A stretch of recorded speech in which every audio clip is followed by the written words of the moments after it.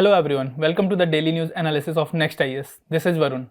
Today we will discuss 5 important articles from 2 newspapers which are related to The Hindu and Indian Express. First we will discuss prelims articles, then we will further discuss mains article. The first prelims article will be regarding to Kashmir and mediation. Then we will discuss about PM SHRI scheme. After that we will discuss air defense cell, and then we will discuss right to repair. In our main section today we will discuss ecology and economy. So in Kashmir and mediation issue, we will discuss about in the context of US that Donald Trump has claimed that they have mediated, but India has refuted this claim. So in that context, we will discuss this. Further about the PM SHRI scheme, we will discuss what is its status and how it is being implemented. Then about the air defense cell, we will discuss how India has developed it and what are its features. Then about right to repair, there is a movement going on. About it, we will discuss again. After that, in ecology and economy, there is a very good editorial come which explain how ecology is equally important as economic development. So let us start our discussion with prelims article.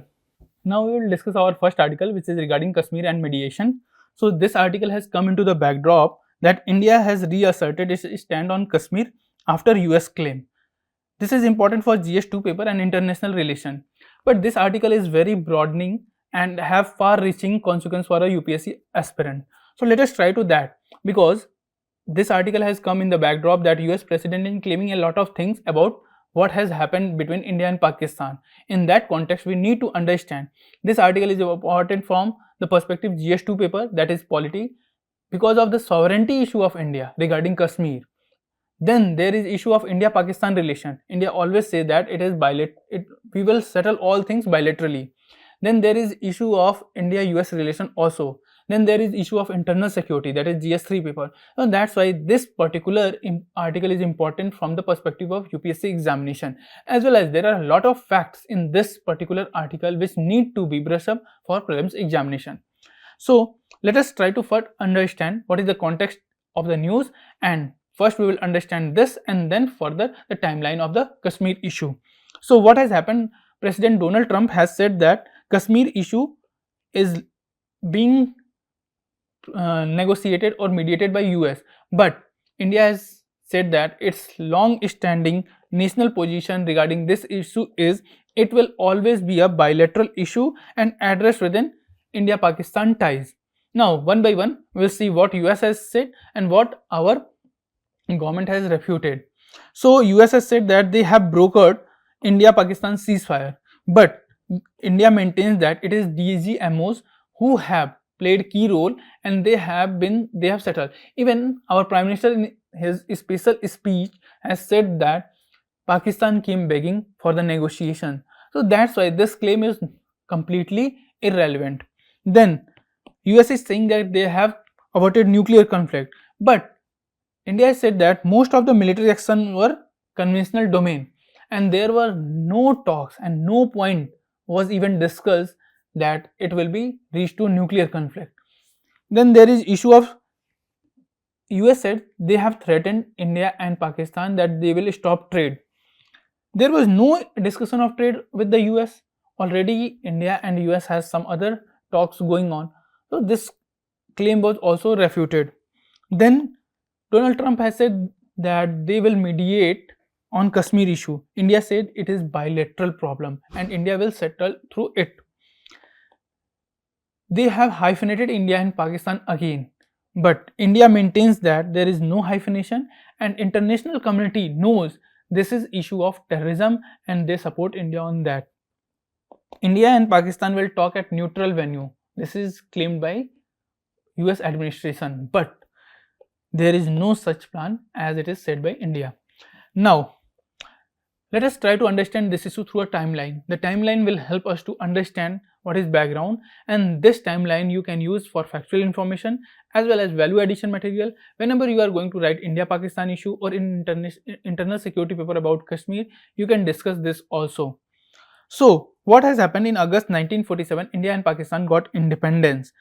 After that, Kashmir was still not being able to decide whether to join India or Pakistan or to remain independent. But what has happened? Pakistani tribesmen, they attacked and invaded Kashmir, and in that context Maharaja Hari Singh signed Instrument of Accession on 26 October 1947. After that, it becomes responsibility of India to defend its territory because Kashmir became territory of India, and that's why first Indo-Pakistan War happened in 1947 to 1948, and then in January 1949, UN mediated ceasefire, and it led to Kashmir because at that point of time UN was a new body. India has become newly independent nation, and the leaders of that time has complete faith on such type of organization, but their hopes were dismantled, and which led to whatever in the form Kashmir right now is. Some parts is still occupied by Pakistan in the form of POK, Gilgit Baltistan. Beside it, Aksai Chin is with China. So that's how this issue has become complicated because of the UN role also. Then in 1965, due to various skirmishes which were taking place, Pakistan has this habit to create some problem for India, and in that context 1965 Indo-Pak war happened. And then we have Tashkent Agreement. After this 1965 war, Tashkent Agreement reached that there should be some ceasefire, there should be some principles which be followed by two countries. Then again in 1971, there were already some issues bring up in Pakistan itself. It was at that time East Pakistan and West Pakistan. So East Pakistan was facing reprisal for their regional identity. They were feeling discrimination, and in that context there were a lot of revolt, there were a lot of revolution, there were a lot of violence was going on, and India supported that Bengali identity will be promoted, will be protected, and that led to again 1971 war between India and Pakistan, and it also laid the ground for emergence of a new country which we call today Bangladesh. Then in 1972, as Pakistan was badly defeated in that war, Simla Agreement was reached and various principles again laid down. Then in 1974, as China has already tested nuclear, so India went also for nuclear tests, but as China was wary of India, they implicitly through their negative tactics provided Pakistan some technology, and Pakistan was also able to test this nuclear weapon. Also in 1989 in Kashmir itself, a very bad thing has happened. There was an extreme violence against Kashmiri Pandits happened.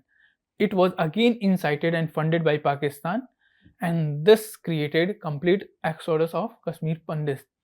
And then further, Pakistan, as till now they were aware that they cannot win with India in direct war in either in 1965 or 71. So they changed their tactic, and they used the tactic of cutting India through 1,000 cuts and bleed it. But we should always be wary about this issue. So in that context, Kargil war happened because Pakistani soldiers crossed LOC, and this again created issue. Further in 2003, India-Pakistan reached a ceasefire at LOC. But this ceasefire was not long lasting. In 2008, there happened a very infamous terrorist attack which happened in Mumbai, and that again was planned in a manner so that the perception to world community will be that some groups from India has done this, but due to the smartness of Indian intelligence agencies and police establishment, it was clearly exposed that Pakistan was behind it, and that again created a strain among the ties. Further in 2014, Prime Minister Modi tried to have a clean slate, and when he was elected first time as the Prime Minister, he tried that a clean slate should be provided and India-Pakistan ties should be in a harmony, but that was also not a thing. In 2016, Uri base attack happened in which 18 soldiers were killed, and in that context surgical strike was the response from Indian side. Further again in February 2019, what happened? The Pulwama attack which killed 14 Indian soldiers. They were martyred, and again in that context India replied with Balakot airstrike. Further, when the government was re-elected, they have revoked special status to the Kashmir, that is Article 370, which was included in Constitution as a temporary provision, but over the period of time it became a permanent provision. Then in Feb 2021, Pakistan again sit with India and tried to have a ceasefire, But this was also again in last 1 year was being violated many times, but those violations were small. On April 2020 to 2025, a very serious nature terrorist attack happened, which led to death of a lot of innocent civilians in Pahalgam. In that context, India suspended first Indus Water Treaty, visa-free travels, and replied with Operation Sindoor. In this context, we have to understand that Kashmir is being used by Pakistan as an excuse to promote violence, to promote extremism, because it is nature of the Pakistan which has become itself. Now, through a practice question, let us try to understand what is the relevant thing for UPSC aspirant, which areas is needed to be focused in this particular topic. So, consider the following statement regarding the Kashmir conflict. Tashkent Agreement established the LOC. Simla Agreement was signed after the Second Indo-Pak War. United Nations has never passed any resolution on Kashmir.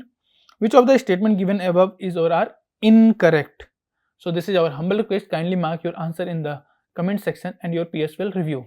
Now, our next topic is about PM3 scheme. So, this has come into the context of Kerala has locked horns with center over implementation of PM3 scheme. This is relevant for GS2 paper in the social issue section of education. Besides it, in prelims examination, schemes are also important. Various features of the scheme is itself asked by UPSC. That's why we need to cover it from perspective of prelims also. This has come into Indian Express newspaper, and the headline is why Kerala will take center to the Supreme Court. Now let us try to understand the context of the news. So Kerala government has decided to approach the Honorable Supreme Court for PM3 scheme. So it is basically against the decision of center to withhold the release of 1500 crore rupees for various centrally sponsored scheme. But Kerala is thinking these funds has been stopped because Kerala has not agreed to implement PM3 scheme. In this context, this article has come. Now let us try to understand some of the features of this scheme which is important for prelims examination. So it is under Ministry of Education. Nodal ministry is Ministry of Education. What is its aim? To upgrade more than 14,500 existing schools across the country. It will transform them into model institutions. The transformed schools will act as model for other schools in the region. Then it will embody the spirit of National Education Policy 2020, and some of the main spirit of National Education Policy is critical learning, is about making education multidimensional, is about promoting vocational education, focusing since early childhood education, reforming higher education, increasing gross enrollment ratio, promoting spirit of critical thinking. It is implemented as centrally sponsored scheme, and for centrally sponsored scheme in general, central government provides 60% of fund and state government provides 40%. In case of hilly areas or UTs, the contribution of center is 100%. Now, we also need to understand what is the status of this scheme, because in mains examination, this point can be used as a value addition for status of a scheme or how schemes are helping in education sector. So till now 12,400 schools from primary to higher secondary level has been converted into PM3 school. 670 districts has been covered, as we have 750 plus districts in the country, out of which 670 districts has been covered. Some schools has not been covered in this. They are from Kerala, Tamil Nadu and West Bengal, and the reason is these states have refused to sign an MOU with Union Ministry of Education to implement this scheme, and that's why they are not able to cover the remaining districts. Then not only this scheme, but government over the period of time for education sector has brought up a plethora of schemes, and those schemes are playing crucial role also. The features of those schemes are important for our prelims examination. So let us see some of them. Like Samagra Shiksha is there. The basic focus of Samagra Shiksha was on inclusive and equitable education for all children. Then there is Ullas scheme, and Ullas scheme is basically what has happened in last few decades. Everyone was not into the formal education system, and that's why literacy was low. But as the society is changing, as the economy is changing, there is implicit need of education, there is implicit need of literacy, and that's why government has come up with this scheme to promote adult literacy. Then there is Nipun Bharat. Nipun Bharat is part of umbrella National Education Policy 2020. In that context, this scheme is basically focusing on foundational literacy and numeracy till grade 3, because foundational numeracy and literacy are very key for the foundation of any child for their further advancement in education system. Then there is a scheme of Vidyanjali, which will promote community and CSR involvement in education. So Vidyanjali basically focus on community involvement of private sector, so that they can also contribute into the enhancement and promotion of quality of education. Then there is Diksha. Diksha scheme and Diksha portal is basically to provide relevant skills, to provide upgradation of the skills of teacher, because what will happen, teachers are the key for learning of children, but as they will start lagging themselves, so this was needed and various committees has also recommended for this. In that context, government has come up with this. Then there is Swayam Plus. This revolutionized higher education. Then there is PM Vidya Lakshmi scheme, and this PM Vidya Lakshmi scheme is basically providing financial assistance for higher education. So these are some of the important schemes which has been relevant for education system. Now let us try to understand through a practice question which type of question can come on this particular topic which a aspirant need to focus.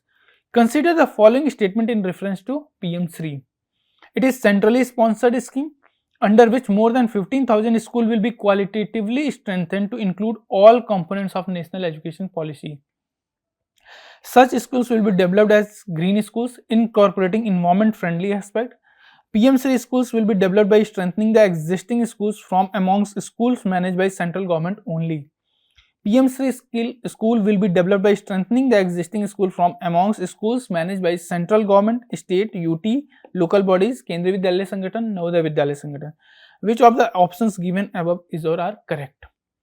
This is our humble request. Kindly mark your answer in our comment section, and that will help you to brush up the concept, also create a spirit of curiosity, and our peers will review. Our next topic is about Air Defence Cell. So this has come into the backdrop of media briefing on Operation Sindoor, and this briefing was in the context of the flaring between India and Pakistan. This is important for GS3 security perspective, but the features of this things are also important because UPSC can ask either in prelims as well as mains these features. Yes, there is some concern among masses that, and also student committee, that these features should not be talked rigorously. Whatever we are going to discuss in this particular topic, it is already in the domain of public. Every country has this basic information, but our UPSC aspirants also need to brush up this and be ready for the examination. So India's air defense still, this is the headline of the topic. Now let us first try to understand why this news has come. So what has happened, there is a image was there in which it was showing that 24 IF personnel were standing and looking at a screen which was showing real time data which were produced from India's air defense assets, and it was showing that how it will make our defense shield impenetrable against Pakistan.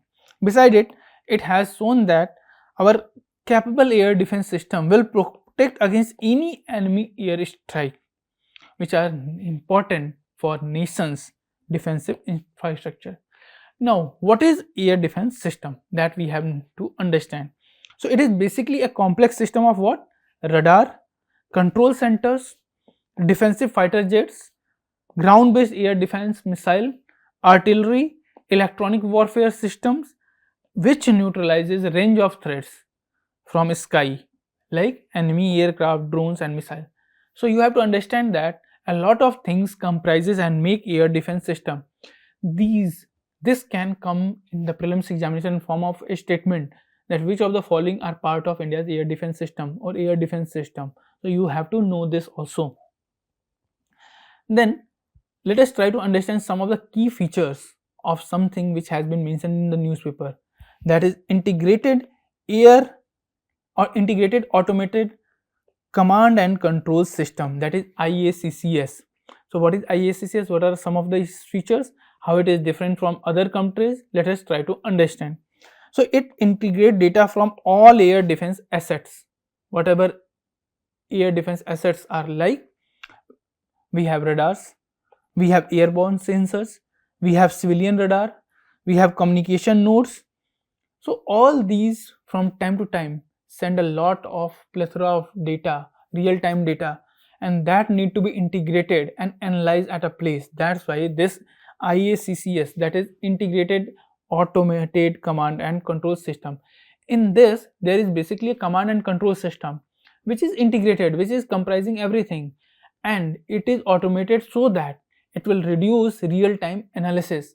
It will help to take decisions in a very minute amount of time. It is being developed by BEL, that is, it is indigenous. Its availability shows consolidation of data set along with real-time updates. It provides military commanders overall situational awareness. So it is providing helicopter view. In short, due to this thing, the commanders are having complete overview of the situation, and that's why they will be taking better decisions into the course of time. So there is single integrated air picture. How it will help? Through radar tracks, through false alarms, and it will also focus on decoys. So this is how single integrated air picture helps. Now it also embed decision support tools. Not only the data is coming, decision making is also being supported through it. Like, it will focus on threat type, whether the threat is from drone, cruise missile or fighter. It will provide velocity, direction, origin. It will focus on available interceptor and proximity, how much distance the threat is. Then it will provide total battlefield picture, which focuses on and enables central control. It will reduce reaction time. As we are seeing, it is automated, and it is also providing helicopter view. That's why it will reduce time to react. Then it is also overlapping radar and radio data coverage, and that will improve accuracy. That will basically improve accuracy. Then it is also combining modern radars, which are both ground radar as well air-based AWACS system, airborne warning and control system, and AEWC, that is airborne early warning and control system. Now, these are basically planes which consist of radars, and they are being deployed in the region. They provide much more precise information. Then there are radars which play key role in detection, identification, interception and destruction of hostile intruders. Now, that is very crucial for any defense system. We need to know. Then IACCS is basically a layered and hierarchical C4 ICR, that is command, control, communication, computer, intelligence, surveillance and reconnaissance system. So it comprises many things. It comprises command also, that it gives command also. It helps in centralization and control of the information, control of the decision making. It has communication. It has computers, smart computers. Then intelligence, which is backed by data, real-time data. Then surveillance, which is happening through the radar, and reconnaissance through various planes, various jets in the region. They are providing information. Now it has various layers. Let us try to understand some of the layer and some of the components which are part of those layers. Like, it has sensor layer, and in sensor layer there are radars, there are AWACS, there are AEWCS, there is civilian radars. Then there is communication layer also, and this communication layer is dedicated fiber optic network based on the. Then there is satellite links, there is microwave relays, there is BEL tactical communication system, that is TCS. Beside it, there is processing layer, that is central and regional control centers with data fusion engines. There is command layer. These command layers are basically operation rooms with human machine interface. Mission control centers are also part of this command centers. Secure AI based decision support.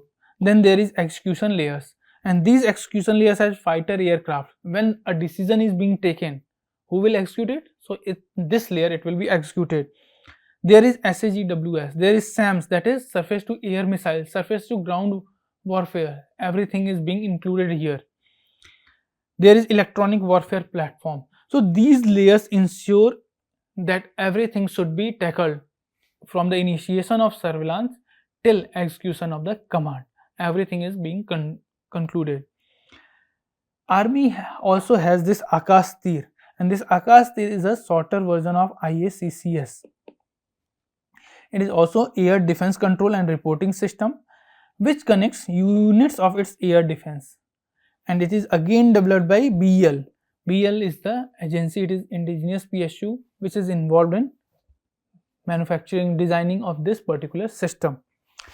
This Akash Tir enable monitoring of what? Low level airspace over battle areas, and this effectively control what?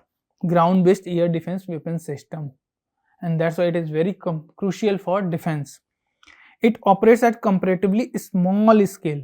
Right now the scale at which Akash Tir is operating is small, but government, PSU, DRDO, PL is engaged in designing equipment which will have a larger scale and larger presence. It has integration with ISCCS, which already we have seen its feature we have seen. So what is basic system of this? It has low level radars, it has short range SAMS, means surface to air missile, it has anti-drone system also. So right now, since Russia-Ukraine war, we are seeing that drone is being deployed a lot in modern warfare system, and that's why any defense system should have prerequisite. It is very important and crucial to have a very good anti-drone system also. Now let us try to understand how our ISCC is also multi-layered.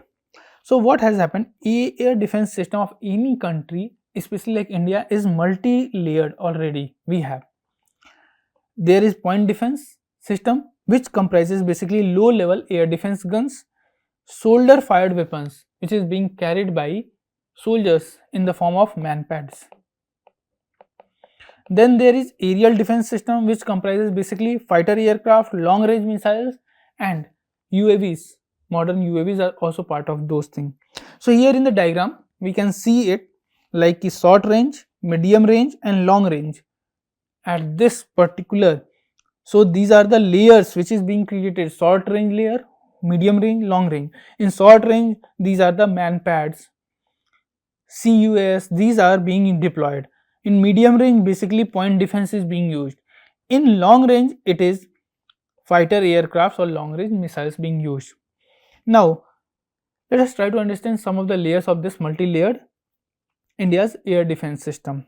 So first layer basically comprises of counter drone system and manpads, because drones are very low lying, so they need important and region specific response. Then second layer is point air defense system. It basically focuses and uses short range surface to air missiles, that is short range SAMS.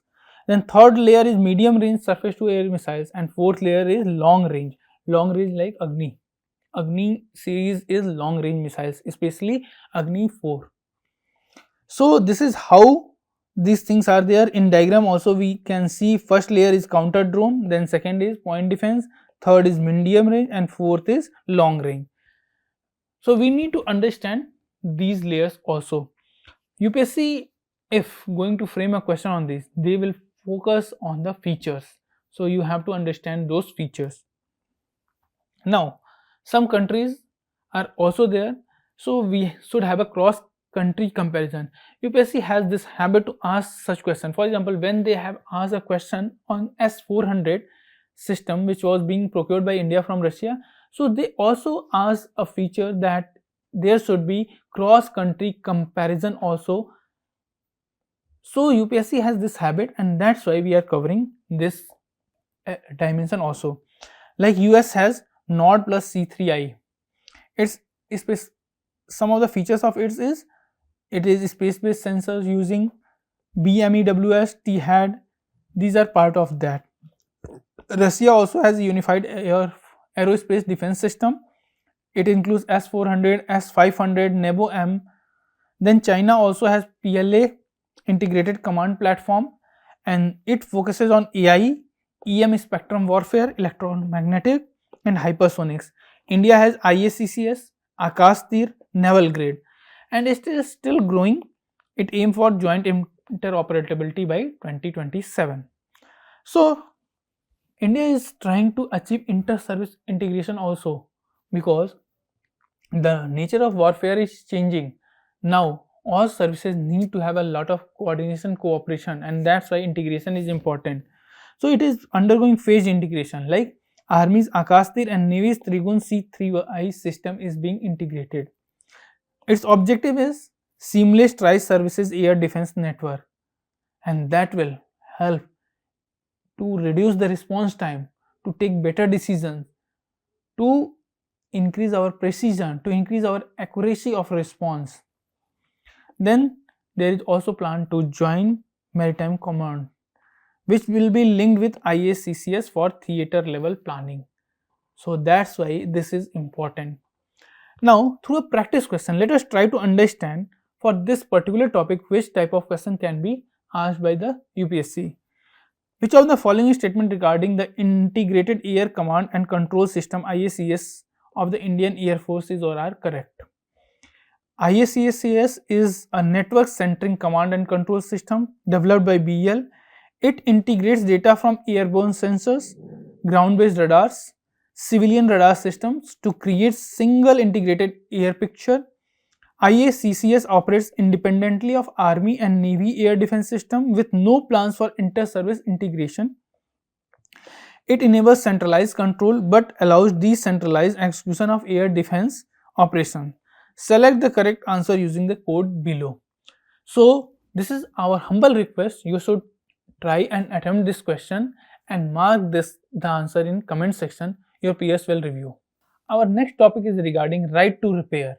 So this topic has come in the backdrop. There is a report on framework on repairability index in mobile and electronic sector. This report is being presented by Department of Consumer Affairs, and it is important for our GS3 paper, that is economy, as well as this report and its feature is important. What is right to repair? These are important from prelims examination. So we will cover from that perspective. The headline is the right to repair movement in India. This has come into the Hindu newspaper.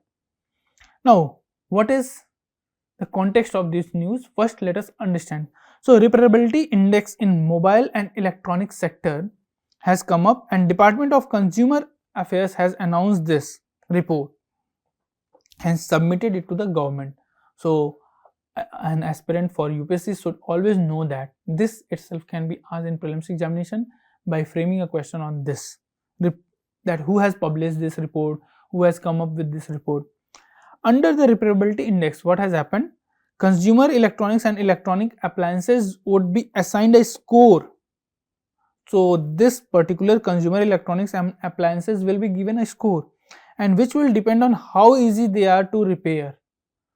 Whether it is easier for someone to repair or not, on that parameter they will be assigned a score. The score has the features or the parameters are availability of spare parts, cost of repair, software updates, availability of information. Beside this, let us try to understand what is right to repair first. So it is a very broad umbrella term which basically refers to greater flexibility for a consumer in terms of how they can get their products repaired. So what is happening basically in the US, their consumers are always trying to repair their products by themselves, and that's why they demand this right to repair. But MNCs or big tech always try to make such products which is not easily repaired, and that's why consumer has to come to their service center or the product will become obsolete, and that's why they have to replace the product with a new product. This is basically the idea and marketing of companies, and environmentalist sustainable approach says this should not be the approach. Department of Consumer Affairs has launched a right to repair portal also, which lists authorized service center of various manufacturers and repair literature published by them. There is also RI framework, through which government has given a message that it would work to pursue such scoring without causing any impediment to the industry. So this particular report or this particular right to repair or repairability index is not to harm the domestic industry or manufacturers. Rather, it is to enable consumers also, to provide them an alternative whether they want to repair that thing by themselves or not, to give them information whether they are going to purchase a product, it will be repairable easy or it will be tougher for them to repair. Then there is a question, why a focus on repairing products? So the focus first is due to plant obsolescence. So what has happened, many times countries are designing products in such a manner they will become obsolete after a particular period of time. Then it will be mandatory or compulsory or obligatory for the consumer to purchase a new product. It is also a cost cutting strategy by companies. Why? Because it will lead to recycling of raw materials. If the consumer is not able to use that product, they will return in a very less amount to the companies and they have to purchase a new good. Beside it, repair has become a looming factor for consumers to consider when purchasing a product, because most of the products require repairing, require maintenance, and that's why it is also a factor for consumers when they are going to purchase it. There is also ecological and economic imperatives regarding this right to repair. There are some challenges for right to repair. There is revenue loss for manufacturers. So when they provide services, when they have to design the products in a different manner, as the product should be very easy to be repaired by consumer himself or herself, it requires some special design and that will increase the cost. There is also issue of intellectual property rights, because what happens when the product is very easier to repair, so many a times duplicates come into the market because of IPR thefts.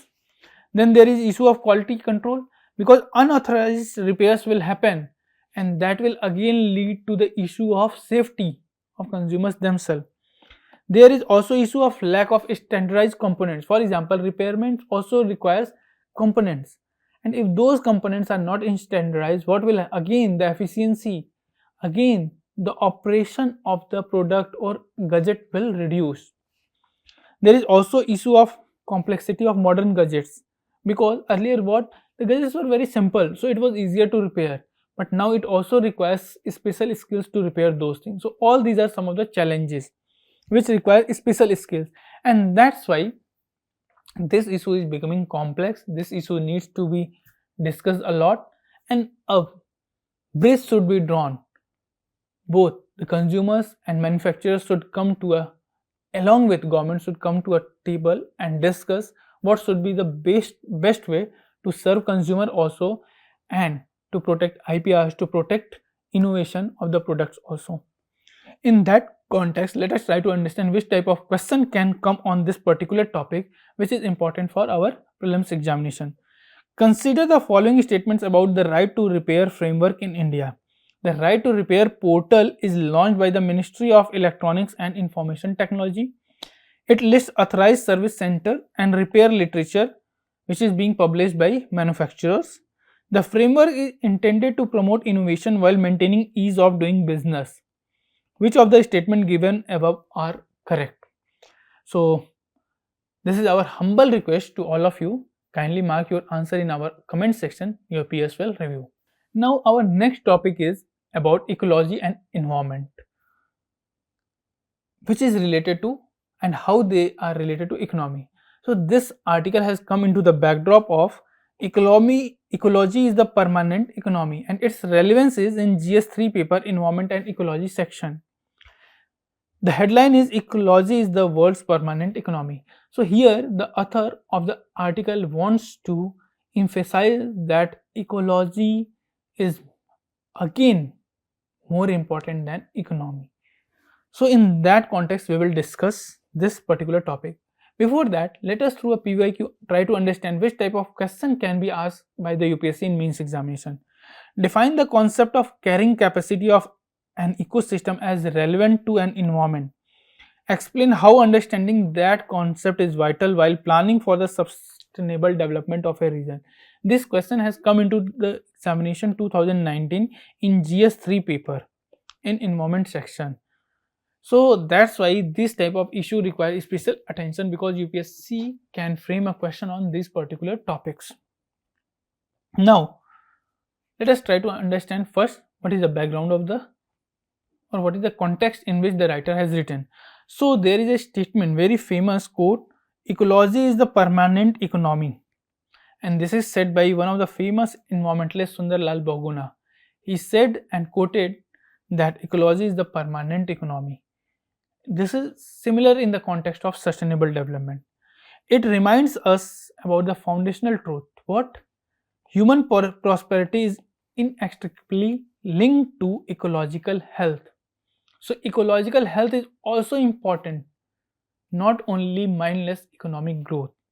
Like we can see here that unsustainable growth is happening. For why it is happening? Because we are extracting a lot from nature and for the economic development, and that is causing a lot of pollution, and these pollution are causing natural capital risk also. These are leading to climate change risk, and that's why ecosystem and biodiversity is declining, and hence natural capital risk is going on.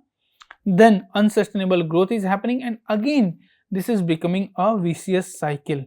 So how this vicious cycle is starting? It is starting from, for economic growth and development we are exploiting nature.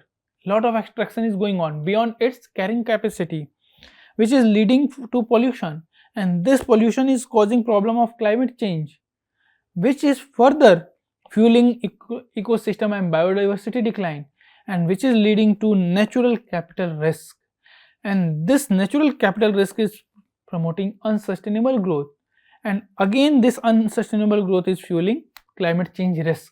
So this vicious cycle has been created. Now, why we need to have a right balance between ecology and economy? Why it should be balanced? So that's what the author wants to understand, that it should be balanced, otherwise the development will not be sustainable. So what has happened over the period of time? Humans have made tremendous effort by their observation, experimentation and modeling, and they are able to understand environmental challenges. These environmental challenges are happening.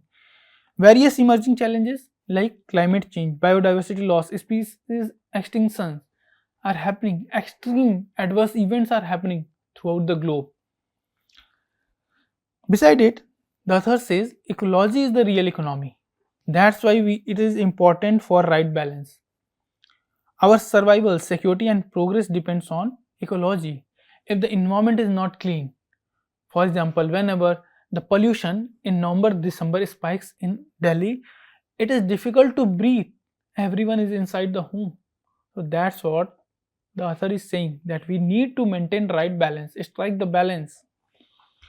Simply we can say, clearest way to define sustainability is to have a balance between ecology and economy. It is also saying that without this balance, what will happen in the long run? Neither environment nor economy can thrive. There is disconnection with nature also. How? It is the reason for ongoing biodiversity loss, and this is being substantiated by a report which is given by IPBES Transformative Change Report. So this report says that humans have disconnected with nature, and that is also promoting biodiversity loss. Human progression has given rise to global competition over the period of time. One country is competing with other.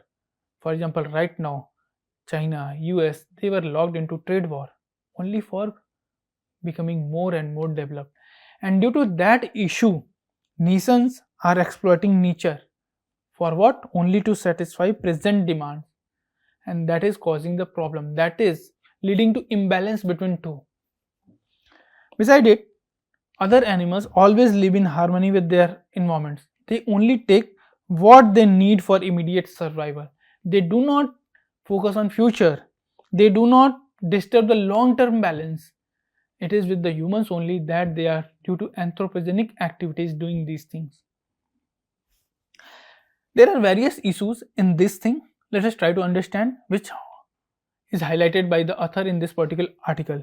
There is unprecedented strain on planet's ecosystem due to human consumption and global competition, which has been intensified, and that is causing a problem. Then it is being significantly accelerated the pace of climate change. So there are a lot of reports which is clearly showing IPCC with the sixth assessment report shown that climate change is real. Global warming is happening, sea surface temperature is rising, and these are causing a lot of problem to have a strike or balance between ecology and environment. There has also emerged a paradox. What? Human is continue to exploit nature to satisfy their needs and greed, and simultaneously they are relying on same natural system to act as a buffer against the consequences of such exploitation. So first they are exploiting it and also thinking or trying to rely on that particular natural system to protect themselves. That is the paradox. So if humans want to protect themselves, they have to make the exploitation go or make it sustainable. There is dual dependence risk also, which are created due to deeper ecological imbalances and further complication of ability to address the climate crisis. Besides it, there are some other issues also, like the issue of pollution. The issue of land degradation is happening. Global warming and temperature rise is happening. Water scarcity is happening. Food scarcity is happening, like global hunger index always highlight this. Conventional energy is being used, in which mostly coal, petroleum, these are being used, and which again causing the problem of pollution.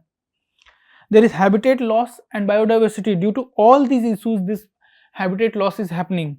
Waste management is also an issue, and that is promoting land degradation. So all these issues, these are basically the sustainability challenge which is happening due to what? Due to imbalance between ecology and economy. Due to that, these issues are happening. Now, the article and the author suggest some way forward. That what should be the way forward? What should human do? What should a nation do? What should a government do? What should policy maker do? Acknowledge ecology is the permanent economy. First, we have to accept this principle. That will shift our perspective from short-term exploitation to long-term stewardship. That is what Gandhiji through his trusteeship model always say. We only are trusteeship of the environment, of the nature. We have essential to confront the ongoing environmental crisis which already has been taken place. Paris Agreement. India has Panchamrits. These are the things which need to be utilized and backtrack what already we have done wrong with the environment. Then lifestyle approach, which Prime Minister has promoted. We need to adopt the lifestyle approach also, from reactive conservation to proactively planetary sustainability. And how? Adopting a sustainable lifestyle is responsibility of each and every individual to ensure success of global sustainability initiative. Further, future conservation effort should be designed to strengthen our emotional bond with nature, which is right now lagging. There is a very famous quote of Gandhiji which you can use as a conclusion in such type of questions. Earth provides enough to satisfy every man's need, but not every man's greed. Now, through a practice question, let us try to understand if some question comes on this theme, how you should approach it. A realization that ecology is the permanent economy is more imperative than merely understanding the ecological complexity that exists in nature. Critically discuss. So, what is the approach for this answer? First, we will in introduction try to provide some context which is happening. We can also give the quote of Gandhiji itself in the introduction. Then in body, as it is critical analysis, so we have first to support, we have first to give the status of the economic development which is happening. We have to show that economic development is also important because of the issue of poverty, because of the issue of inequality, because of the issue to raise the standard of life. Economic development and growth is also important. But then we have also, because it is critically analyzed, major focus will be to show that ecology is the permanent economy. We have to focus on this area. We have to show what are the issues or challenges happening as discussed by us in this article. And then a way forward. Like already we have suggested 4-5 points for the way forward. You can use that way forward and write a very good quality answer. So this is our humble request. Please write answer and post it in our comment section. Your PS will review. If you like our content, please like it, share it and comment on it. Thank you.